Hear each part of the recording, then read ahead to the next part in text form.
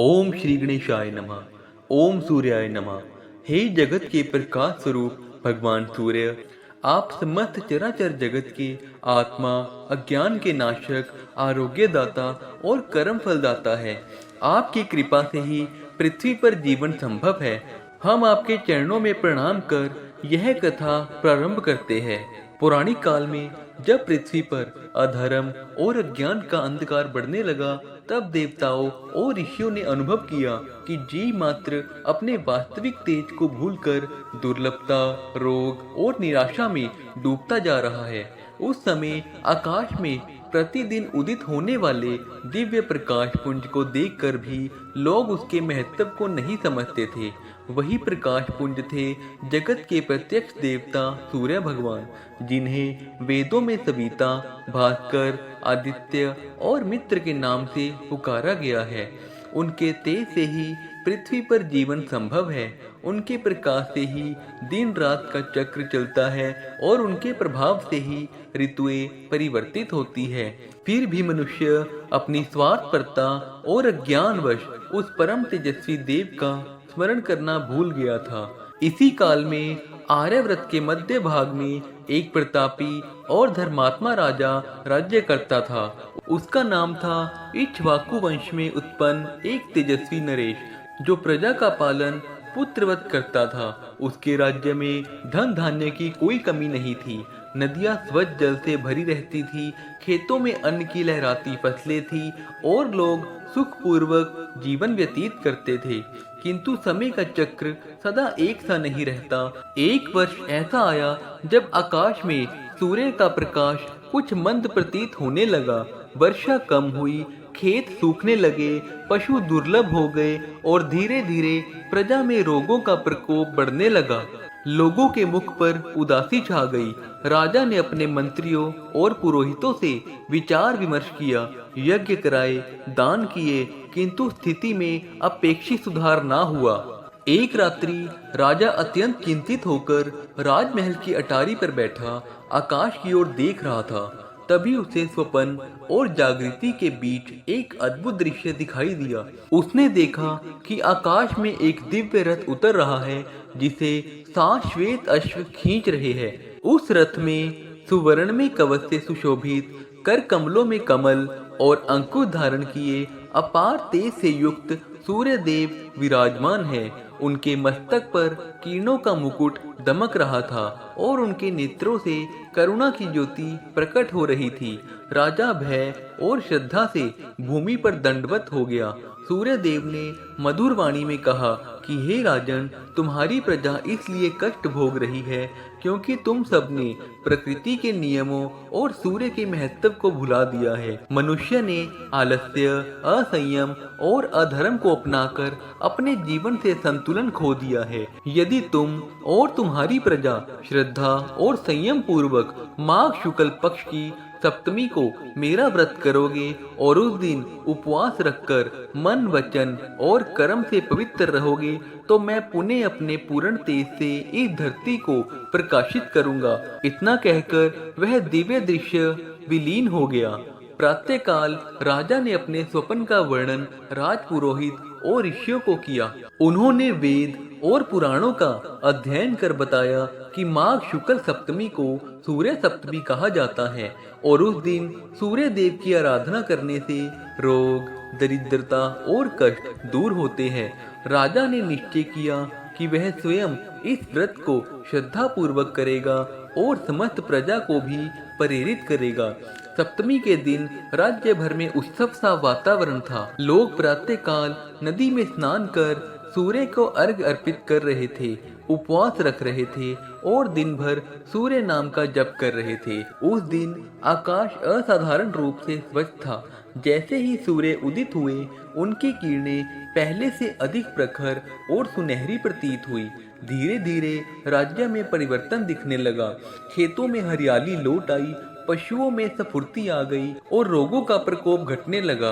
राजा ने अनुभव किया कि जब वे प्रकृति और सूर्य के प्रति कृतज्ञता और अनुशासन रखते हैं, तब जीवन में संतुलन और समृद्धि बनी रहती है। राजा ने यह व्रत प्रत्येक वर्ष करने का संकल्प लिया और राज्य में यह परंपरा स्थायी हो गई। समय बीतता गया। उसी राज्य में एक ब्राह्मण परिवार रहता था जो अत्यंत गरीब था।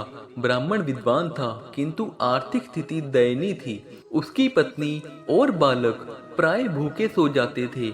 एक दिन ब्राह्मण की पत्नी ने कहा कि हम भी सूर्य सप्तमी का व्रत करें, क्योंकि सुना है इससे दरिद्रता दूर होती है। ब्राह्मण ने उत्तर दिया कि हमारे पास अर्पण करने के लिए कुछ नहीं है। तब उसकी पत्नी ने कहा कि सच्ची श्रद्धा ही सबसे बड़ा अर्पण है। सप्तमी के दिन उस ब्राह्मण ने नदी किनारे जाकर सूर्य देव का स्मरण किया। उसके पास केवल एक लोटा जल था। उसने उसी जल से अर्घ दिया और मन ही मन प्रार्थना की कि हे भास्कर देव, हम पर कृपा करे। उसकी आंखों से आंसू बह निकले। उसी क्षण उसे अनुभव हुआ कि सूर्य की किरणें उस पर विशेष रूप से पड़ रही है और जैसे उसके हृदय का अंधकार दूर हो रहा है। कुछ ही दिनों में आश्चर्यजनक घटनाएं घटने लगी। एक धनी व्यापारी ने उसकी विद्वता से प्रभावित होकर उसे अपने पुत्रों को शिक्षा देने का कार्य सौंपा। धीरे धीरे उसके घर में सुख समृद्धि आने लगी। ब्राह्मण ने समझ लिया कि यह सूर्य देव की कृपा है। उसने जीवन भर सूर्य सप्तमी का व्रत करना जारी रखा। एक अन्य कथा भी प्रचलित है कि प्राचीन समय में एक राजकुमार भयंकर कुष्ठ रोग से पीड़ित था। वैद्य और हकीम असमर्थ हो गए। राजकुमार निराश होकर वन में चला गया और वहां एक तपस्वी से मिला। तपस्वी ने उसे बताया कि यह रोग पूर्व जन्म के पापों का फल है, किंतु सूर्य सप्तमी के दिन उपवास और प्रार्थना करने से वह मुक्त हो सकता है। राजकुमार ने तपस्वी के निर्देश अनुसार उस दिन सूर्य देव का ध्यान किया। जैसे जैसे दिन बीतता गया उसके शरीर के घाव सूखने लगे। कुछ समय बाद वह पूर्ण स्वस्थ हो गया। राज्य में लौटकर उसने सूर्य देव का भव्य मंदिर बनवाया और आजीवन उनके प्रति कृतज्ञ रहा। पुराणों में वर्णित है कि स्वयं भगवान श्री कृष्ण के पुत्र शाम भी कुष्ठ रोग से पीड़ित हुए थे। उन्होंने सूर्य देव की आराधना कर ही रोग मुक्ति पाई। इसी कारण भारत के अनेक स्थानों पर सूर्य मंदिर स्थापित हुए, जहां सप्तमी के दिन विशेष उत्सव मनाया जाता है। यह कथा इस बात का प्रतीक है कि सूर्य केवल ब्रह्मा प्रकाश ही नहीं देते, बल्कि आंतरिक अज्ञान और रोगों का नाश भी करते हैं। सूर्य सप्तमी की कथा हमें यह भी सिखाती है कि जीवन में अनुशासन और संयम का कितना महत्व है। सूर्य प्रतिदिन नियत समय पर उदित और अस्त होते हैं। वे कभी आलस्य नहीं करते, कभी अपने कर्तव्य से विमुख नहीं होते। उसी प्रकार मनुष्य को भी अपने जीवन में नियमितता और परिश्रम अपनाना चाहिए। जब हम प्रकृति के नियमों के अनुरूप जीवन जीते हैं तो हमारे भीतर का तेज जागृत होता है। एक बार देवताओं और असुरों के बीच युद्ध छिड़ गया। असुरों ने तपस्या कर अनेक वरदान प्राप्त कर लिए थे और उनका बल अत्यधिक बढ़ गया था। देवता पराजित होकर ब्रह्मा जी के पास पहुंचे। ब्रह्मा जी ने उन्हें सूर्य देव की शरण में जाने का उपदेश दिया। देवताओं ने माघ शुक्ल सप्तमी के दिन सामूहिक रूप से सूर्य की स्तुति की। सूर्य देव ने उन्हें दिव्य ऊर्जा प्रदान की और उनके अस्त्र शस्त्रों में पुनः तेज भर दिया। फलस्वरूप देवताओं ने असुरों पर विजय प्राप्त की। यह प्रसंग दर्शाता है कि सूर्य देव समस्त देवताओं के भी आधार है। कालांतर में यह व्रत सामान्य जनजीवन का अंग बन गया। किसान इसे अपनी फसल की समृद्धि के लिए करते, व्यापारी व्यापार वृद्धि के लिए और रोगी स्वास्थ्य लाभ के लिए। किंतु मूल भाव यही रहा कि सूर्य देव के प्रति कृतज्ञता और श्रद्धा प्रकट की जाए। जब भी मनुष्य ने अपने जीवन में निराशा या अंधकार अनुभव किया, उसने सूर्य सप्तमी के दिन व्रत कर नए उत्साह और आशा का संचार पाया। कथा का सार यह है कि सूर्य केवल एक ग्रह नहीं, बल्कि साक्षात जीवन दाता है। उनकी कृपा से ही पृथ्वी पर जीवन संभव है। जब हम उनके प्रति श्रद्धा रखते हैं और संयम पूर्वक जीवन जीते हैं, तो वे हमारे जीवन में स्वास्थ्य, समृद्धि और तेज का संचार करते हैं। सूर्य सप्तमी का व्रत हमें ब्रह्मा और आंतरिक दोनों प्रकार के अंधकार से मुक्ति दिलाने का संदेश देता है। यह कथा युगों युगों से सुनाई जाती रही है और आज भी उतनी ही प्रासंगिक है, क्योंकि जब तक सूर्य आकाश में उदित होते रहेंगे तब तक उनकी महिमा और यह पावन कथा अमर रहेगी।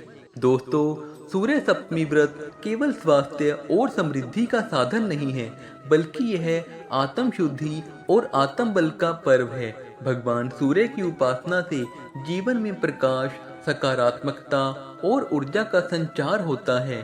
अंत में भगवान सूर्य से प्रार्थना करें, हे दिवाकर देव, हे सूर्य देव, हमारे जीवन से अज्ञान और रोग रूपी अंधकार को दूर कर ज्ञान और आरोग्य का प्रकाश प्रदान करे। तो दोस्तों, यह थी आज की कथा। ऐसी ही और कथाओं को सुनने के लिए चैनल को सब्सक्राइब करें। धन्यवाद। ओम सूर्याय नमः।